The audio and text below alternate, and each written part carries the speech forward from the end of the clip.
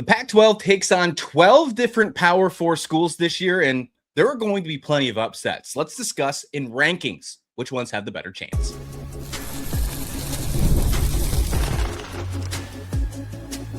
You are Locked On Pac-12, your daily podcast on the Pac-12 Conference. Part of the Locked On Podcast Network, your team every day. Yes, welcome on in Locked On Pac-12. I'm your host, Christian Rauh. Colton Pool of the Pool Report joining me on today's episode. Go check out his Substack where he talks everything college football and more. Go check out Colton Pool. On today's episode, man, we got a fun one for you today. We kind of teased it last week when the two of us were speaking and we were talking about last week's episode. That's the idea kind of just appeared in my head when we discussed it. There are 12 games that the Pac-12 is playing against Power 4 opponents this year across all the brands. And I think that's fascinating, right? Okay, well, let's rank them all because I do think that there are some games, very gettable games for the Pac-12 this year. Let's start off with the number one that I think, and you think, we both put our rankings in. These are consensus between the two of us. San Diego State has the best chance to upset a Power 4 school when they take on UCLA this year. I think that they are getting UCLA 1 year early. I like what Chesney's doing over at UCLA, but I think he's 1 year behind. This is a perfect go-get-him opportunity for Sean Lewis and the Aztecs. Yeah, I think it was a pretty decisive number one for me when we were ranking these gettable Pac-12 games. You know, San Diego State, and it's both sides. It's one, San Diego State is going to be one of the better teams in the Pac-12, we both think. You know, between Jaden Denegal and Lucky Sutton coming back, we think that I think that defense, you know, they do lose some pieces, don't get me wrong, but I think that defense should be solid. And the other side is playing a UCLA team where, yeah, Chesney and company, I think that program will be heading in the right direction, but this is a rebuild for UCLA. And, you know, San Diego State getting to play them pretty early and a team that has a lot of continuity, Sean Lewis coming back. I think this team is poised to pull off an upset like this at UCLA. Yeah, I'm almost ready to put my Joe Namath stamp guarantee on it with this one. I feel very comfortable with the Aztecs walking in and taking care of business against the Bruins here. I really do. I think San Diego State can upset that. In fact, you and I kind of put this in its tier of its own. When we're talking about these rankings, although we're going to go 1 through 12 here, it kind of was in its tier of its own of, okay, out of all these games, this one just makes the most sense, and San Diego State should be able to get this one done. Feel really comfortable about this one. The other ones, of course, they're a little bit more of a coin flip. Let's keep it very fair here, but this one I feel almost 75-25 if I'm going to keep it real with you on this pod, which you know I always do. All right, let's put 2 and 3 together because it's the same team, and it's Washington State. Washington State has a very tough Power 4 conference, a non-conference schedule. They obviously take on their in-state rivals in the Apple Cup, and then they also play Kansas State in Manhattan, and they host Arizona. 2 and 3 here. We'll do 2 first. I think they have a good shot at winning at home against Arizona, and at 3, I think they have a shot to win this one on the road against Manhattan. Those are the 2 chances of upsets here. Arizona obviously coming to Pullman. That's a tough game to play. Obviously, it's a good opportunity for Kirby Moore to step up. And then on the flip side, Kansas State's already lost a ton of talent. They lost John Pastore, the left tackle. They're all preseason Big 12 player, first-year head coach, just like over at Washington State. There's a lot of question marks surrounding Kansas State after only being 6-6 last year. Can they take a step up? We'll see. But Washington State has that opportunity for an upset. That's why they both come in here at 2 and 3. Yeah, I think Washington State is a there's a higher upside there with against in both of those games. I think Washington State there's a very real possibility that this program is middle of the road in the Pac-12 with first year head coach Kirby Moore coming in there.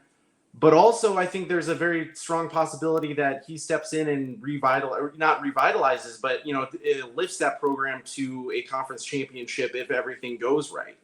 I think the program was in a pretty solid place considering everything that team went through the last couple of years and the Pac-12, becoming what it was.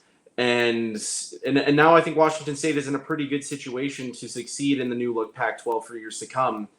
So there's a possibility that this Wazoo team is ready to pull off one of these upsets.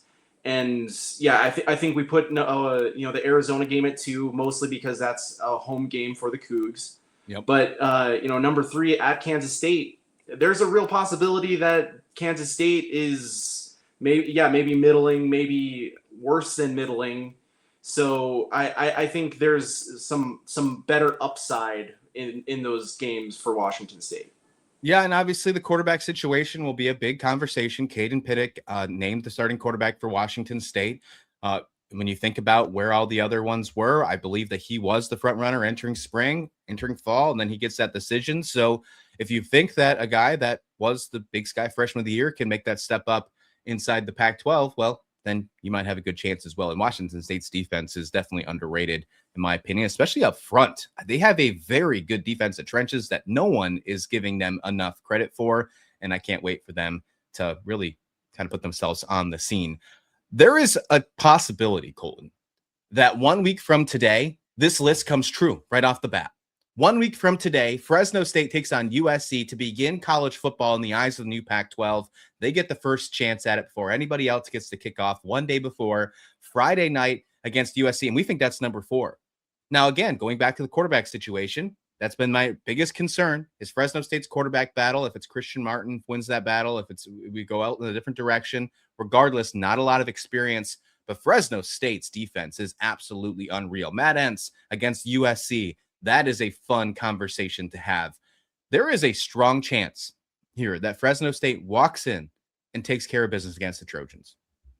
Yeah, the Matt Entz storyline you mentioned, that's really interesting. I mean, this is a program that Entz is very familiar with, and getting to play USC early. I mean, I think USC has a lot of talent. Do not get me wrong, but I think Fresno State is kind of poised to at least be competitive in this game with that defense that this program has, And I mean, we saw Entz last year, what he was able to do with this Fresno State team. They were middle of the road in the Mountain West, going through the coaching change they did.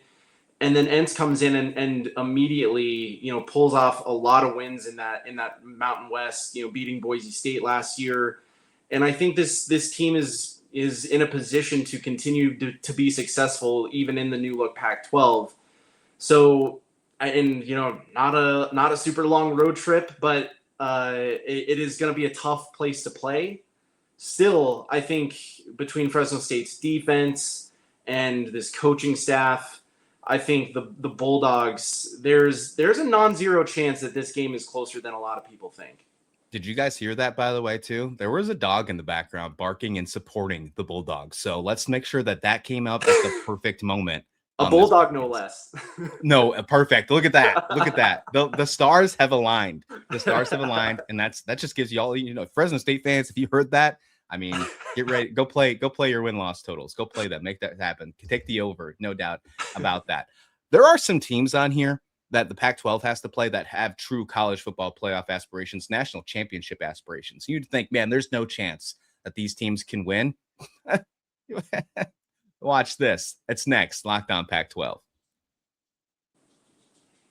But first, Lorene Co. is known for its enamel-supporting gum, but now they're launching a nicotine-free pouch, and Lorene Co. pouches are designed to provide clean focus while supporting enamel at the same time. Each pouch contains 50 milligrams of caffeine, plus L-theanine and alpha-GPC for smooth, steady focus without the energy crash. And because it's a Lorene product, every pouch also contains nanohydroxyapatite, the mineral teeth are made of, to provide daily enamel support between brushing. Lorene Co. pouches are pouches that swap out the nicotine and give you clean focus and support your enamel the whole time they're in. They come in mint, cinnamon, and my personal favorite, mango, making it easy to find a flavor that fits into any daily routine. I've used these before. I really enjoy them. This is one of those things that I'll pop a pouch in before I'm getting prepared to record, when I'm prepping my shows, doing my research.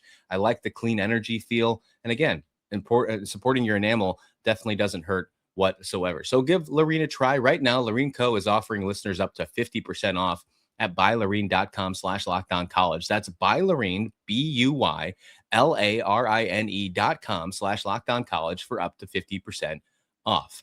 This episode of Locked On Pac-12 is also brought to you by our friends at Wayfair. Yeah, that's right. Whether you're refreshing one room, getting ready for a new season, or finally replacing that furniture you've been putting off, Wayfair makes it easy to find something that fits your home, your style, and most importantly, your budget. You can shop furniture and decor across the wide ranges of price points with quality materials and pieces designed to stand up to real life. And Wayfair verified, with that product specialist hand vet select products through a 10-point quality inspection, looking at things like material, functionality, features, and even how long they take to build. And if you're still trying to narrow down what to buy, well, Wayfair gives you plenty of real shopper feedback to work with as well. You can browse more than 20 million verified 5-star reviews along with real customer photos and feedback to help you shop with more confidence. I just got done buying a bunch of outdoor furniture this year, as I've been hosting a couple events with out here in our new farmhouse, and I used Wayfair for everything. And I've got some really nice outdoor furniture, a nice table, nice umbrella, you name it. It was easy to set up. The quality is fantastic.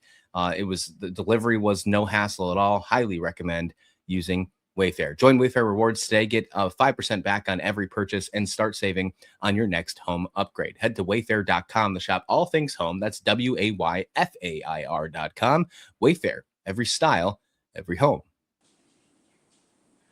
All right, welcome back to the show. Locked On Pac-12. I'm your host, Christian Rauh. Colton Pool of the Pool Report joined me for today's episode. Again, go check out his Substack where he's discussing everything college football, especially the group of 6. And man, Colton, this has been fun so far. Already diving into some of these teams that have a good chance at upsetting a Power 4 opponent. And you might say, hey, there's no chance that teams like Texas will lose. There's no chance that teams like Oregon will lose.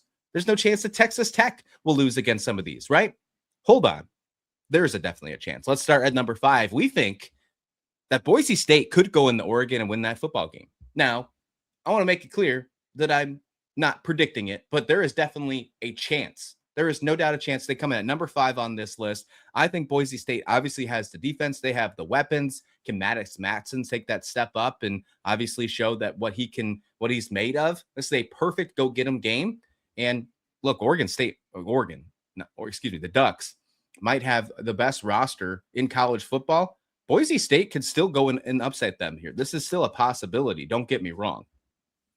Yeah, and I think when you consider all the things that you need for an upset like this, I think you have the ability to pressure the quarterback if you're Boise State. You have Jaden Virgin Morgan coming back. I think he's going to be a monster this season. Huge. And there's a very real possibility that he and the rest of that Boise State defensive front, especially a Boise State team that loves to be aggressive and loves to put pressure, in a variety of different ways on quarterbacks. Is there a chance that, Dante Moore is not exactly comfortable all game? Mm-hmm. And then on the flip side of that, if you can, kind of force that offense to get out of rhythm a little bit, when Boise State has the ball, their rushing game has the potential to give them an advantage in terms of time of possession and really sustain drives. And Maddox Matson, a veteran quarterback, he has been there, done that. Whether he has the upside to be a great quarterback this season, one of the best in the G6 even, I don't know. Maybe, but if he puts it all together, but I think he is a quarterback who has played a lot of games and is not going to be necessarily fazed by that environment in Eugene. No, I agree. I completely agree. This one to me is not, people keep saying this is going to be a blowout. And they talk about how Spencer Danielson talked about the wording that he had about this game earlier this season. I'm not buying it. I'm not buying this game's going to be a blowout. I think this one's going to be a lot closer than what it is. Maybe they don't win this game, but the fact that there is a chance is why it puts it at number 5 for us here. No question. Boise State's going to be a very good team this year. Watch out for them. They're going to be really fun. Could be the point to where Sire Gaines and Dylan Riley have a very big game against Oregon. And if so, Boise State's going to put them and put the Pac-12 on the map. All right, let's put these 3 together for the final, in the middle of this segment here, because kind of all 3 of them, and we'll talk about each of them separately, but all 3 here kind of have a theme: in-state rivalries. And I think that's really fun. And honestly, we didn't really put this together until I'm looking at the list. I'm like, oh, yeah, they're all in-state rivalries. Utah State at Utah at number 6. The Apple Cup, Wazoo and Washington at number 7. And we'll get to it in a second. But Texas State at Texas at number 8. Yeah, it's not number 12. It's not the most unrealistic game, because you got a guy like Brad Jackson at your quarterback. Anyways, that's a teaser. Go back to number 6, or Utah State at Utah. Look, a lot of people are not giving Utah State enough credit this year. thinking that they might be towards the bottom of the Pac-12. A lot of quarterback questions, a lot of questions about can their offense sustain. Obviously, their defense has some good pieces, no doubt. Brevin Hamlin being a very good piece in that secondary. Is it enough, though? Regardless, when you go play an in-state rival like Utah, it's different. And although you're traveling to Utah, I think there's a good chance Bronco Mendenhall can sneak an upset here. There has been plenty of times in his career where he has gone in and taken care of business. Who says it can't happen here? Yeah, Utah State. I mean, you mentioned Bronco Mendenhall. You know, a lot of people are brushing them off because it's almost like when you're comparing the teams from the Mountain West last year, where did Utah State, stack up with the rest of the teams that are moving to the Pac-12? They were kind of in the bottom, and so now all of a sudden they're being forgotten. Well, Mendenhall has this program kind of headed in the right direction, at least before this conference change. And I'm excited where the Aggies are going to go now that they're in the Pac-12. I think there's a great chance that the Aggies are a lot more competitive than people are giving them credit for. And that goes for the rest of that sort of bottom, quote unquote, bottom tier of the Pac-12. I think this is going to be a really tough conference, but Mendenhall, I mean, look at what he's done in his career. You know, he's gone in so many places, and I think he has the potential to help this team be successful in this conference. But you mentioned the in-state part of it. You know, when I was ranking these teams, it was a combination of the team from the Pac-12 that we're talking about and the opportunity. And the opportunity is the other team not going to be so good as we're expecting them to not be as good.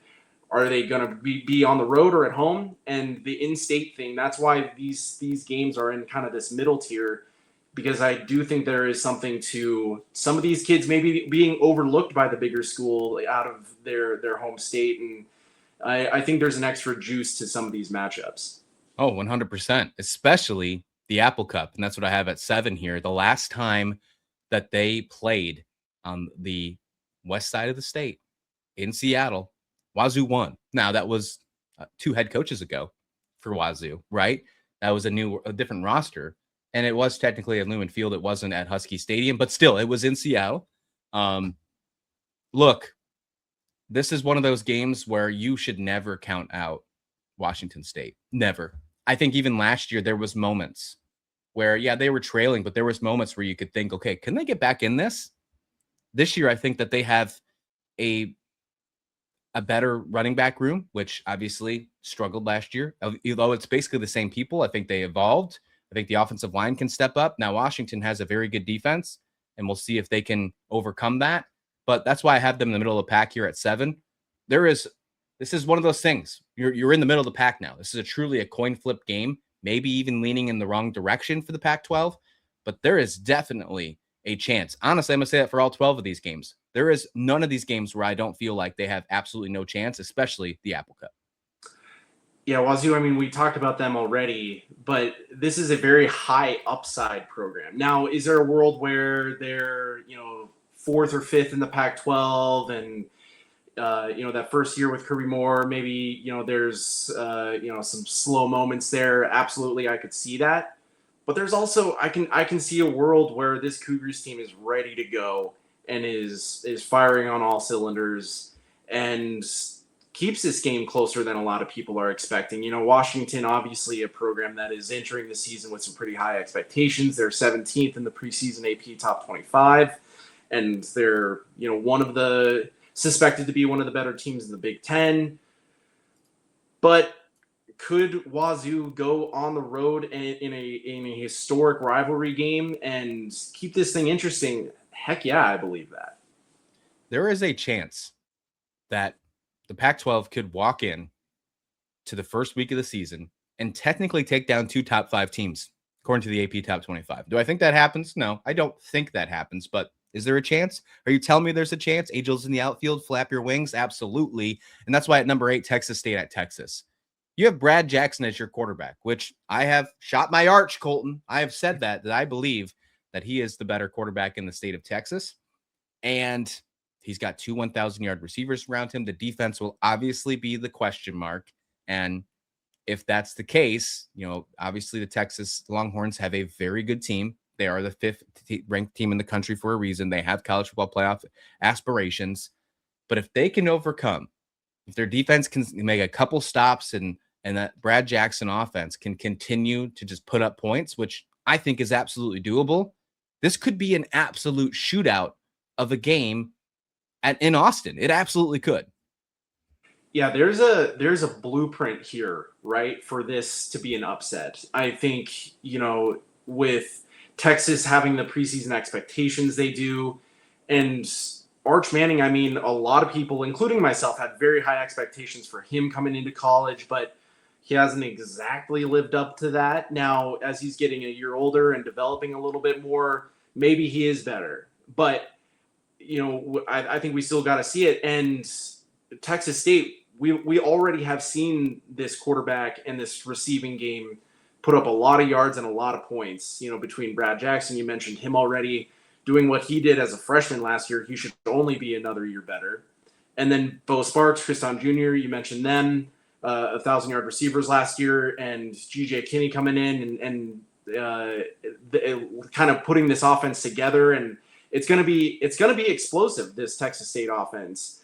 Now, whether we really see what it can do against other teams in the Pac-12 before, and they don't exactly put it together at Texas, yeah, I could see that. But again, this is another in-state game where there's going to be a lot of motivation to at least, maybe come out and figuratively punch them in the mouth to start. And, maybe going into halftime, this game is not out of reach quite yet. Yeah, that's the biggest thing here. If they can keep this a shootout, they have a chance. They absolutely have a chance. If they can force Arch Manning to get a couple turnovers as well, who says that's not out of the realm of possibilities? So a lot of fun stuff to talk here. Okay, we got 4 more. Let's wrap up this segment here. Let's wrap up this show right here on Locked On Pac-12. But first, this episode of Locked On Pac-12 is brought to you by our friends at 5 Hour Energy. If you've got that sweet tooth like I do, I know it's tough, and you know it's tough. It's hard to find that perfect treat without all that sugar, and you don't want all that sugar. That crash is real. Well, that's why Cotton Candy 5 Hour Energy Shot brings the nostalgic flavor back in a whole new way. It's that classic cotton candy taste you remember. I mean, take you back to the county fair days. Like, that's it. It's 100% that flavor, but you get the tasty caffeine as well. That tasty caffeine boost, 0 sugar. It's a quick, easy way to satisfy a sweet craving while keeping things simple and on the go. I've always loved cotton candy. It's always been a flavor that I've truly enjoyed, but I can't be eating sweets all day. That crash just does not work for my daily grind. This is a perfect alternative. It's been my go-to when I want something sweet without going overboard. Highly encourage you to check out 5 Hour Energy Cotton Candy. Bring on the sweetness with Cotton Candy 5 Hour Energy Shots, available online now at 5hourenergy.com or on Amazon. All right, final few minutes on the show. Thank you so much for making this your first listen of the day. Thank you so much for making the Locked On Podcast Network the #1 sports podcast network in the world. Christian Rauh here with Colton Pool of the Pool Report, and we're ranking all 12 of the games the Pac-12 plays Power 4 opponents this year, from most gettable to maybe not so gettable. But every single one of these, there is no doubt in my mind, there is a chance that the Pac-12 can win this one. I want to make that very, very clear. There's not any of these games where I'm like, nope, that's a loss. Absolutely, no doubt in my mind. No, there's one of those things where at least you go, It's like the meme of like the girl drinking Dr. Pepper. It's like she takes a sip, she's like, Yeah, that's what yeah, exactly. That's what I think about all these games. Like, there's a chance. There's no doubt there's a chance. Let's start at number 9 and number 10. Really, they're batched together. These are both the Oregon State games starting off the season. Jamarcus Shepard has truly changed the culture very quickly in Corvallis. It has happened very quickly. They announced Braden Atkinson as the quarterback 1, maybe a little bit of surprise to some, but he has obviously some very good past experience. When he did at Mercer was very, very impressive. And of course, they're building up. They had a very bad season last year, but there were some moments where if they would have been able to figure out special teams or something like that, they could have won some ball games. It wasn't as bad as it should have been. That's what I'm trying to get to. Now you have a game where you travel to Houston, which that game against Houston last year in Corvallis was a lot closer than people were giving it credit for. Now you travel to Houston, and then you host Texas Tech, who might have a quarterback situation that we don't know who's going to play quarterback in that game. We have no idea. Texas Tech, to me, is a more gettable win for Oregon State because it's in Corvallis and because of those questions surrounding the quarterback battle. We can get to the Houston game in a second. Yeah, I think that Houston team is going to be kind of a sneaky dark horse to be competitive this year. But Texas Tech, I mean, okay, yes, they have question marks at quarterback, but that roster is also loaded. But again, if we're talking about opportunity, where Oregon State, I'm a lot higher on Oregon State now that they went in that direction at quarterback. I think the Beavers have potential to be middle of the. A lot of people are kind of writing them off as going to be the worst team in the Pac-12. I think they'll be a lot more exciting and competitive than people give them credit for. And yeah, Shepherd coming in, I think I'm pretty high on the long-term vision of this OSU program, and getting to host Texas Tech. Yeah, that is opportunity. I think when we're comparing it to the rest of these games, getting them on at home rather than having to go at Houston.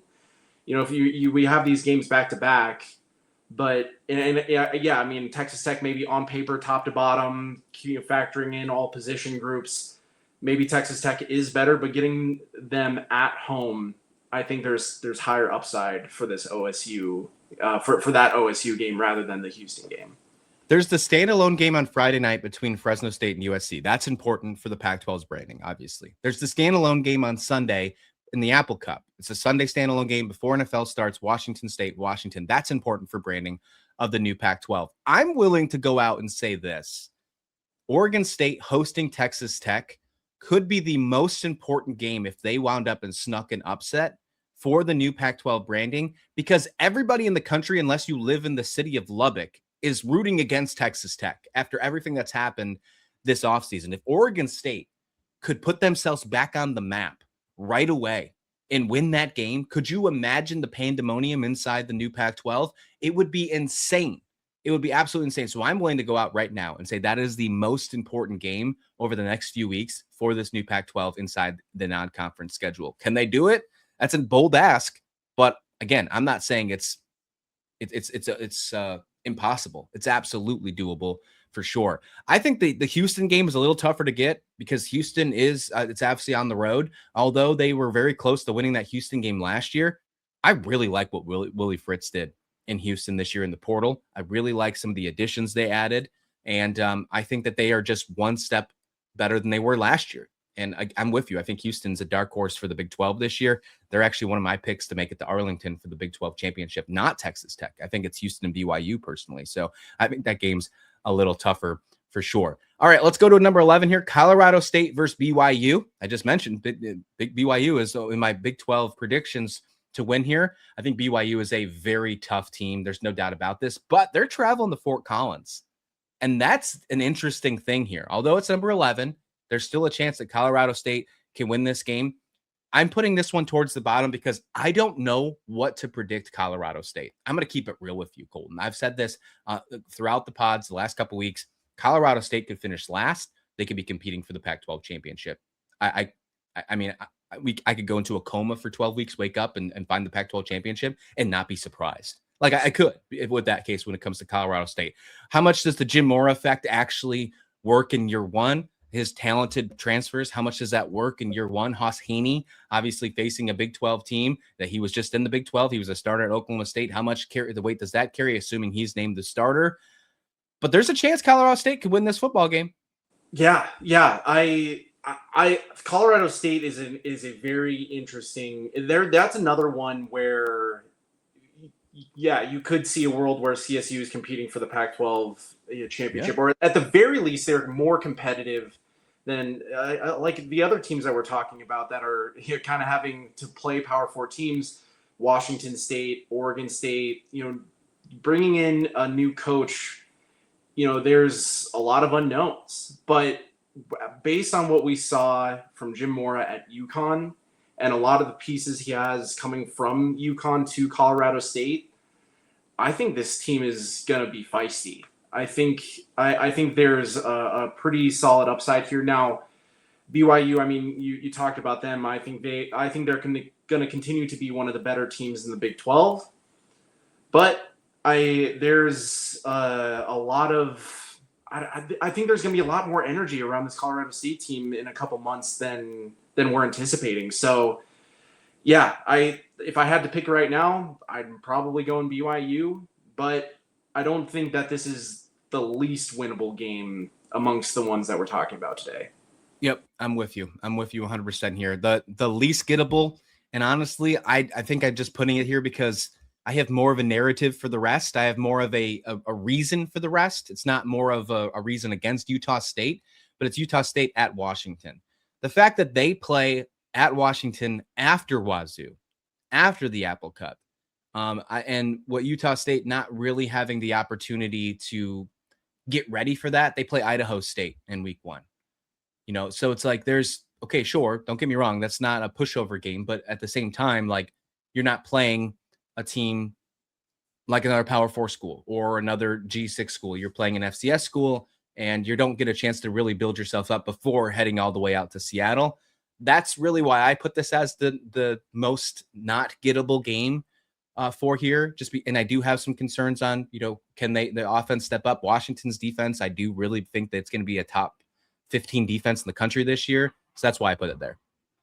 Yeah. And yeah, I'm also pretty high on the Huskies overall. I think, having to go at Washington, that's going to be a tough road trip for Utah State. And, you could definitely see a world where, Utah State, they're kind of figuring things out. They're figuring themselves out early on in the season. And, they're, not exactly,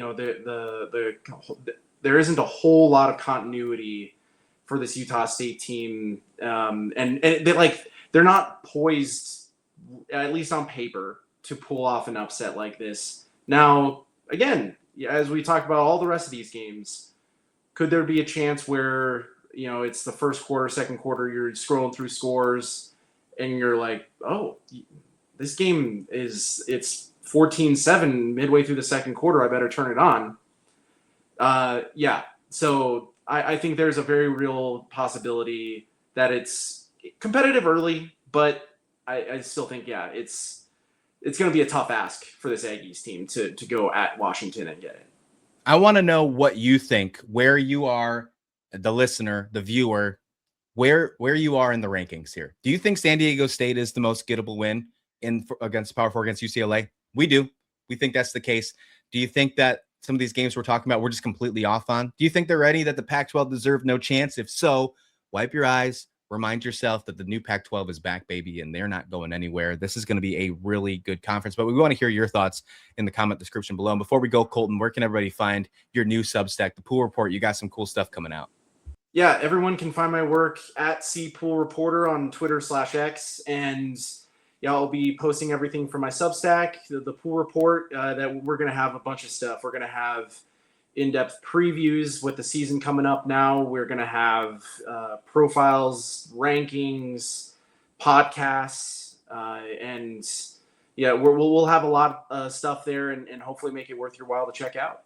Absolutely. It'll be in the show notes below. Go check that out later on today. Right after you listen to this show, drop a comment and let us know where you're listening from as well. We'd love to hear that from you. 1 week away, Pac-12 football. We'll be more. Hey, next week when we talk, it's game week, baby. Exciting stuff.